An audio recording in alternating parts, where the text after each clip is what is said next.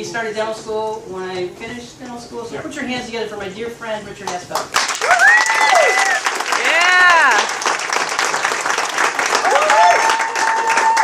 And his fan club! Woo!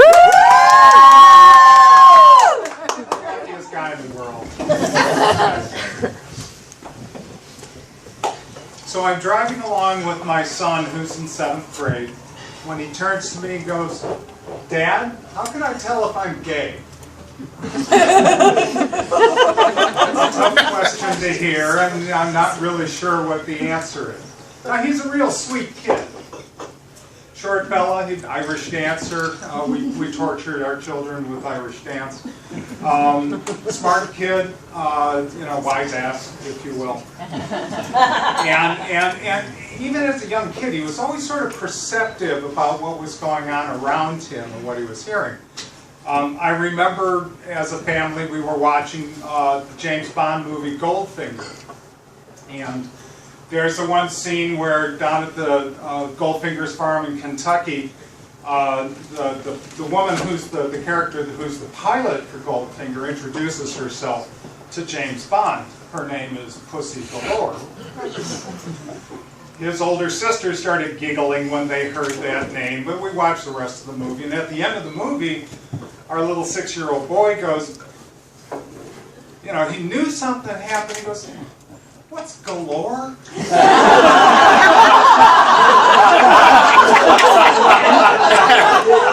And we always felt to be truthful with our kids. So we told them what galore meant. And in abundance. A lot of. We also said that's not what your sisters were laughing about, and we began as anatomy lessons then. So as we're driving along, and he asked me this question, I'm like, okay, well, how do I answer that? And we started talking and said, why are you asking me this? And it turns out that the jocks and the jerks in junior high were kind of teasing him. They were picking on him. And say, hey, whatever. And so he doesn't know. He's in 7th grade. And I said, well, these are modern times. I said, look it up on the internet. I said, go to Google, and I want you to type in porn. Find a site. You'll find pictures of naked women. You'll find pictures of naked men. Look at them.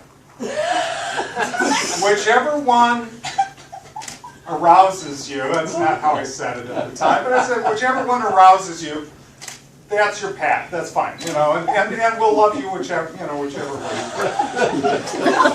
He was cool with that, he didn't say anything else. But I kind of knew I'm going to have to address the birds and the bees with them at some point. Yeah. But the problem is I only had my experience with my father telling me the birds and the bees to go by. And my dad, well, if I were to give it a grade, my father's discussion with me about the birds and the bees, a solid D-. But I was 18 years old.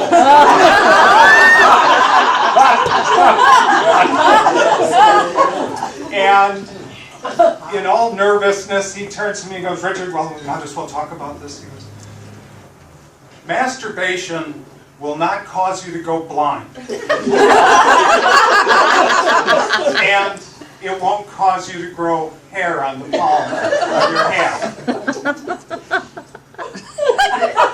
And I'm waiting for more. And that was it. Now, I've proven both of those facts to myself to, satisfactorily prior to it. It's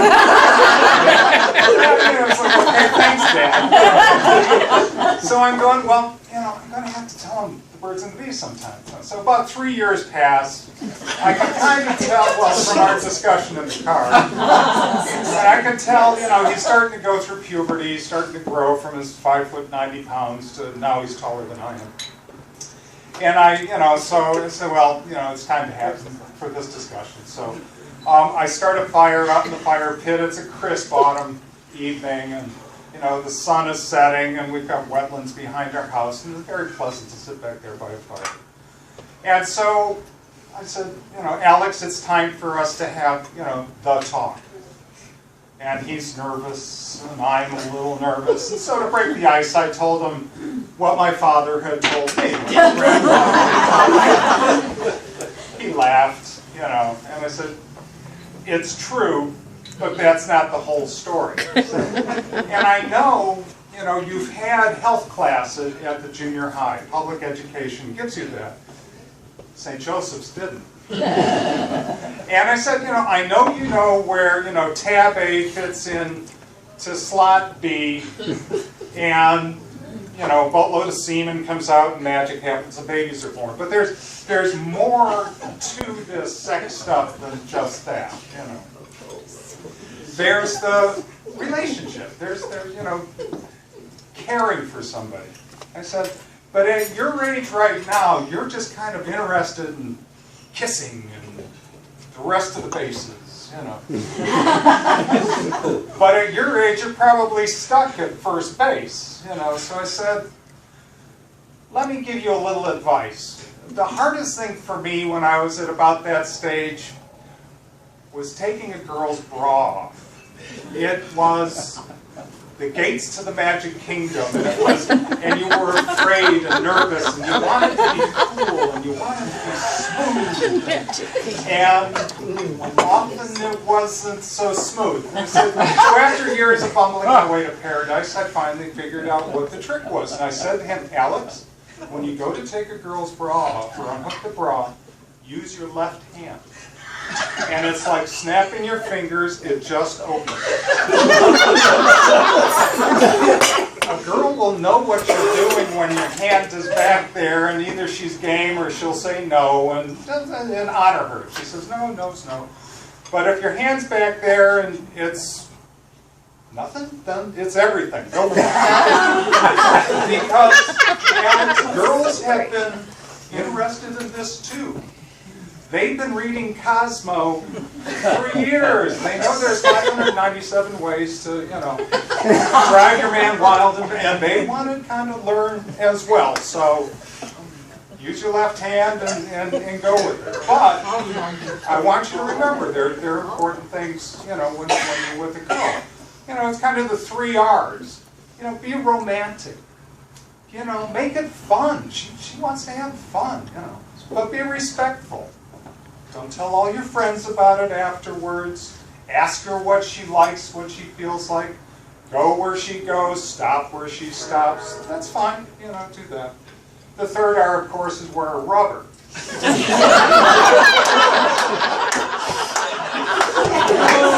Unlike my grandfather, I wasn't ready for that. So about 9 months later, I'm in the kitchen and I'm chopping vegetables and getting dinner and salad ready. And Alex comes walking through the kitchen. He goes, Dad, thanks. I'm like, well, thanks. Okay, thanks for what? It's just like I put a roof over your head, and I'll put food on the table, drive you where you need to go. Thanks for what? Because, Dad, thanks. It works.